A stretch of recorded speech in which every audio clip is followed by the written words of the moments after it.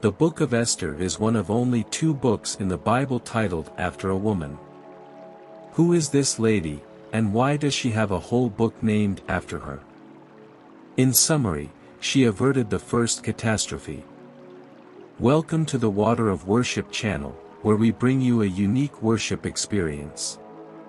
On Mondays and Fridays, we bring you worship songs that are enhanced with the sound of water, perfect for starting and ending your week with a refreshing and uplifting vibe. Wednesdays are dedicated to Bible readings, where we explore different chapters and verses of the Bible while immersing ourselves in the sounds of nature. On Saturdays like this, we dive deep into the lives of little-known individuals in the Bible, telling their stories with a powerful voiceover and the calming sounds of water. And on a daily basis, we post YouTube shorts that highlight interesting and little-known biblical facts. I know you can't wait to hear about and gain more knowledge about the one and only Esther mentioned in the Bible. Let's begin. Esther was a Jewish queen of Persia who lived in the 5th century BC. Her Hebrew name was Hadassah, which means myrtle. She was born into a Jewish family in the city of Susa, which was the capital of the Persian Empire at that time. Her father's name was Abihail, and he died when Hadassah was young. Her mother's name is not mentioned in the Bible. After her parents died, she was adopted by her cousin, a guy called Mordecai. This is extremely lucky for Hadassah since Mordecai was a God-fearing guy who loved her tenderly and nurtured her well in the face of awful circumstances. Royal changes. Hadassah lived with Mordecai at Susa during the authority of King Xerxes. The monarch presided over a vast portion of the planet and wanted everyone to know. For a whole 180 days, he showcased the immense riches of his country and the magnificence and glory of his dominion. When these days ended, the king hosted a feast, lasting 7 days. Esther 1 verses 4-5. During the king's dinner, he called his queen hoping to show off her beauty to his guests, but she refused. King Xerxes was angered by Queen Vashti. Upon consulting the specialists in law and justice, a royal edict was issued that altered everything. After the king's rage cooled, a new plan was put into action that transformed Hadassah's life forever. Let a search be made for beautiful young virgins for the king. Let the king appoint commissioners in every province of his realm to bring all these beautiful young women into the harem at the citadel of Susa. Let them be placed under the care of Haggai, the king's eunuch, who is in charge of the women, and let beauty treatments be given to them. Then let the young woman who pleases the king be queen instead of Vashti. This advice appealed to the king, and he followed it, Esther 2 verses 2-4. Once the injunction was announced, they began seizing the young virgins. Hadassah was seized and resurfaced as Esther, keeping her ethnicity a mystery per Mordecai's orders. Esther was not just gorgeous but a lady of honor. In his pursuit of a new queen, the monarch was dishonoring many young ladies, depriving them of their virginity, and tossing them aside to the position of a concubine, sex slave without the title or benefits of queen or wife. Although Esther had little control over what was happening to her, she took control of her reactions with humility and grace.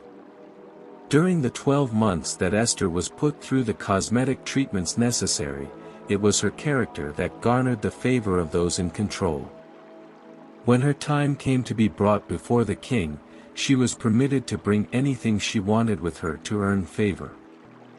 Instead of manipulation, she chose to trust. She asked for nothing other than what Haggai, the king's eunuch who was in charge of the harem, advised. And Esther earned the affection of everyone who saw her, Esther 2 verses 15. Esther's character prepared the road for her, and she became queen. Now the king was drawn to Esther more than to any of the other ladies, and she gained his love and approval more than any of the other virgins. So he fixed a royal crown on her head and proclaimed her queen instead of Vashti. And the king gave a grand meal, Esther's supper, for all his nobles and officials. He announced a festival across the provinces and gave presents with royal liberality, Esther 2 verses 17 to 18. All this time, Esther remained to keep her lineage a secret as ordered by Mordecai. One day, Mordecai discovered a plot by two court officials, Bigthan and Teresh, to assassinate the king. Mordecai told Esther about the plot, and she informed the king, giving credit to Mordecai for the information. After an investigation, the truth is proved and the troublemakers are imprisoned. Later, a high-ranking official in the Persian court named Haman became angry with Mordecai because he refused to bow down to him. Haman hatched a plot to exterminate all the Jews in the Persian Empire, and he persuaded King Ahasuerus to issue a decree to that effect. At dinner with the king, Haman speaks. There is a certain people dispersed among the peoples in all the provinces of your kingdom who keep themselves separate. Their customs are different from those of all other people, and they do not obey the king's laws. It is not in the king's best interest to tolerate them. If it pleases the king, let a decree be issued to destroy them, and I will give 10,000 talents of silver to the king's administrators for the royal treasury. So the king took his signet ring from his finger and gave it to Haman, the enemy of the Jews. Keep the money, the king said to Haman, and do with the people as you please, Esther 3 verses 8 to 11. Dispatches were dispatched by messengers to all the king's provinces with the instruction to slay, slaughter, and obliterate all the Jews, young and old, women and children, on a single day, and to pillage their belongings, Esther 3 verse 13. Hearing the news, all the Jews started to lament in sackcloth and ashes, including Mordecai. Esther heard about Mordecai's sadness and sent him garments. He refused to accept them. Deeply disturbed, Esther dispatched her servants to find out what was upsetting Mordecai and why. They returned with the complete narrative of Haman's scheme of extermination. Mordecai urged Esther to reveal her Jewish identity to the king and plead for her people's lives. Esther is keenly conscious of her surroundings. Although she's the queen, it's against the law to approach the king without being called. The punishment for breaching this rule, aside from the king's favor, is death. However, on the other side, if she does nothing, this is what Mordecai warns would happen. Do not think that because you are in the king's house you alone of all the Jews will escape. For if you remain silent at this time, relief and deliverance for the Jews will arise from another place, but you and your father's family will perish. And who knows but that you have come to your royal position for such a time as this. Esther 3 verses 13 to 14. Esther answers by placing her faith in God and sending news to Mordecai for everyone to fast and pray for 3 days, stating, "If I die, I die," Esther 4 verse 16.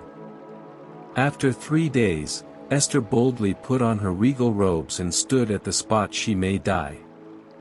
But instead of execution, the monarch awarded her favor by asking her what she desired. With her initial request, she launched a magnificent strategy that only God could have given her. Due to God's salvation, Haman was killed, Mordecai was revered, and the Jews were empowered to protect themselves. For the Jews, it was a time of happiness and joy, gladness and honor. In every province and in every city to which the edict of the king came, there was joy and gladness among the Jews, with feasting and celebrating. Esther 8 verses 16 to 17. Esther's courage and devotion to her people became an inspiration for Jews everywhere. The Jewish holiday of Purim commemorates the events of Esther's story and celebrates her bravery and faith. Esther is remembered as a heroine who risked her life to save her people and who demonstrated the power of faith and courage in the face of adversity. Thank you for listening and staying until the end of this video. Don't forget to like and leave us a comment if you enjoy this content, and most importantly, subscribe to our channel for a unique worship experience, where you can find peace, inspiration, and spiritual growth. And you can always look forward to our daily YouTube shorts that highlight interesting and little-known biblical facts. Join us every day for a quick dose of knowledge and inspiration. Once again, welcome to the Water of Worship, where we bring you closer to God through the beauty of nature.